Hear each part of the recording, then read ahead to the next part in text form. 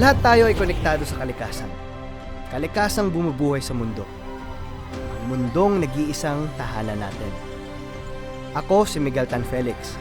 Kasama niyong tutuklas ng iba't ibang lugar sa ating bayan para ipakita ang halaga ng ating mga likas na yaman.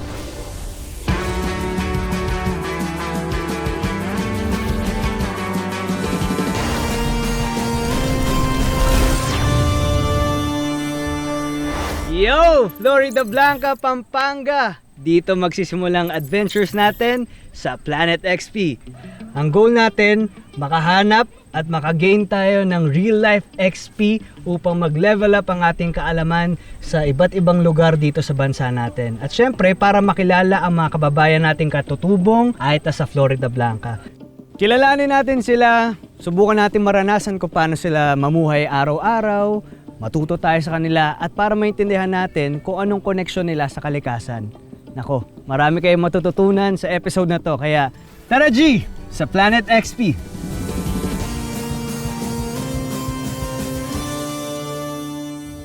Mga explorers, nandito tayo sa culinary capital of the Philippines, ang Pampanga, sa bayan ng Florida Blanca. Meron tayong bibisitahing magandang barangay na kung tawagin ay Nabuklod. Bibisitahin natin ang isang community ng mga Aitas doon para sa isang market to farm experience. Malalaman natin kung anong koneksyon ng kalikasan sa ating kalusugan. Very exciting po mga explorers. Ano yun?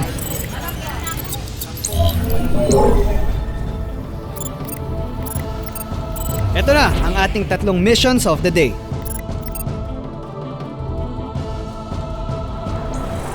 Mission 1. Ano yung sasakyan? Mukhang ibang klaseng road trip to ah. Mission 2. Sa bundok? Mukhang matcha-challenge ako. Mission 3. Uy, food trip! Old school. Excited na matikman yan. Let's start our adventure, explorers! Ganito pala ang ganap tuwing umaga dito sa public market ng Florida Blanca. Ang daming gulay oh! Ang kwento ng mga nagtitinda rito tuwing Wednesday daw ay araw ng Tiangge, kung kailan ang palengke ay extended hanggang sa kalye. At marami sa ating mga katutubong Aita sa Pampanga ang nagtitinda rin ng gulay, prutas at marami pang iba. Explorers, alamin natin kung saan galing ang mga paninda nila sa tulong ni Ate Ruth. Ate Ruth! Ay, hello! sir. Wow! Good morning sa'yo! Kamusta? Kamusta ho ang umaga nyo? Mabuti naman po. Anong ginagawa nyo dito sa palengke? Bumaba po kami para magtinda, sir. Anong pinakamabenta sa inyo? Yung patane, sitaw, tsaka ube, tsaka gabi po, sir. Ube, no? Pwedeng pasalubong yan kila mami pag uwi ko. Opo. Masarap ba ube nyo? Opo, sir. Ubing-ubi po. Fresh talaga, no? Opo. Saan nyo ho tinatanim yung ube? Saan nyo Sa pinapatubo? ano po, sir? Sariling lupa po namin. Saan ho yung lupa na yon? Sa barangay Nabuklod po. Gaano ho kalayo yung Nabuklod galing dito? Bali, isang oras po, tsaka kalahati po. Anong way para mapabilis yung biyahe? Saan ho tayo sasakay? O... Sir, dito po sa kolong-kolong po. ito? Opo. Ito ho yung sasakyan natin? Opo, ito po yung sasakyan. Anong tawag? Kolong-kolong po. Kolong-kolong. Parang pinsan ng tricycle to ah. Po, yung tricycle po, tsaka yung kolong-kolong magkaiba po. Yung kolong-kolong po kasi marami po kayo may sasakay na kalakal po namin. So ito lang ho yung main transportation nyo Opo, sir. papunta sa barangay nyo ho. Wala na po, ito lang po. Kayo ho gumagawa nito ng kolong-kolong? Yung pinsan ko po, Ano ang pangalan ni Kuya? si Bong. Kuya Bong, kamusta? Kamusta ho? Explorers, pupuntahan natin ang barangay ni Ate Ruth. Titingnan natin kung paano sila mamuhay. Yung mga pananim nila, gusto kong makita kung paano nila ginagawa. Kaya, game ate. Dito Tour po mo na tayo. ako. Saan tayo? Dito? Dito po. Okay, sige. Explorers, here we go!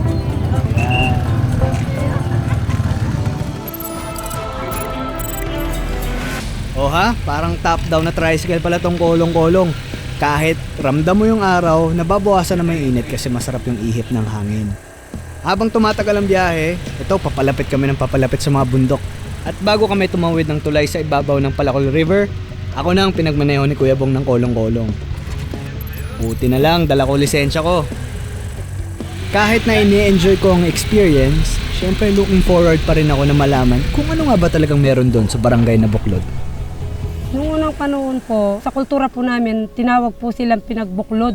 Hindi pa po pumutok yung bulkan, doon na po kami nakatira sa lumang baryo. Tapos pumutok na po yung pinatubo, dito na po kami. Ha, hindi lang pala mga Aita nakatira sa barangay niya. Hindi po, yung iba po, unat. Yung mga kagaya po ninyo na tuwid po yung buok. At tinuruan niya rin ako ng salita nila. Yung language po ng salita namin, yung Aita mag-Indi. Kaya po sa amin, yung magandang umaga po, mangda maranon. Bukod sa Aita mag-Indi, may 2 lengguwahe pa sila. Tapos po kapangpangan, tapos nakakaintindi rin po kami ng Tagalog. At simple lang din ang kinabubuhay nila. Kasalukuyan po ngayon, meron na po kaming naaani.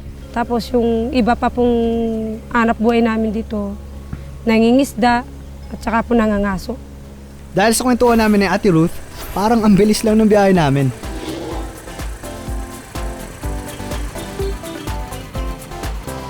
Finally, nandito na rin tayo sa barangay na Buklod. Salamat, Kuya Bong, Ate Ruth. Uy, ano yun? Yo! Mission 1 accomplished! Ayos! Kailangan ko nang gawin ng next mission para mag-level up ang aking XP. Siya si Nanay Mariat Bacani, residente ng barangay na Buklod at certified pet lover. Sila ang kanyang mga alaga. Mga baboy at saka bibi. Dito sa amin, walang nagkukulong ng bibi.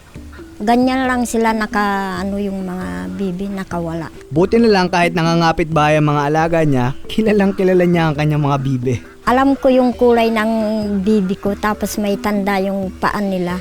At pag napapasarap ang gimmick ng mga bibe, tinatawag niya ang mga ito. Parang tumawag ka ng mga manok.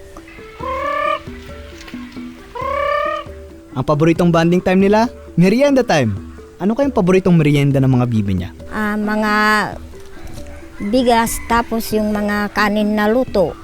At dapat laging busog ang mga bibe niya dahil sila naman ang source ng protina ng pamilya ni Ate Mariat. Sa baboy ho, Nanay Mariat, ano hong pinapakain ninyo? Yung mga tira-tirang pagkain ang pinapakain namin sa kanya. Ang paboritong pagkain ng baboy nila, Kamuting kahoy, tapos yung kamuting baging. healthy ah! Nalaman ko rin na may mga paniniwala pala mga Aita noon tungkol sa mga baboy, ang pag-aanito. Pag isang tao na may sakit, aanituin yung isang tao na may sakit, tapos ilalagay sa baboy yung nakuha doon sa isang tao. Pag alimbawa nakaiga yung isang tao, kukuha sila ng ganyang kalapad na puting damit, nila sa tao yun. Tapos gagaling naman, tapos yung dugo ng baboy, ilalagay dito sa noon ng isang may sakit na tanda na hindi na babalikan ng sakit. Na-experience pa raw ito na Ate Mariat. Nakita ko noon, bata pa ako. Pero, hindi na raw ginagawa ang pag-aanito ngayon. Sa ngayon, okay na yun, na hindi na pinagpapatuloy. Kasi, ng mga tao dito, kahit nawala yung pang-aanito, may hospital naman na, tinatakbuhan ng mga tao dito. Sa kwento ni Nanay Mariet, nagets ko na nagbabago rin pala ang mga nakagawian ng mga katutubong Aita pagdating sa pag-aalaga ng mga hayop.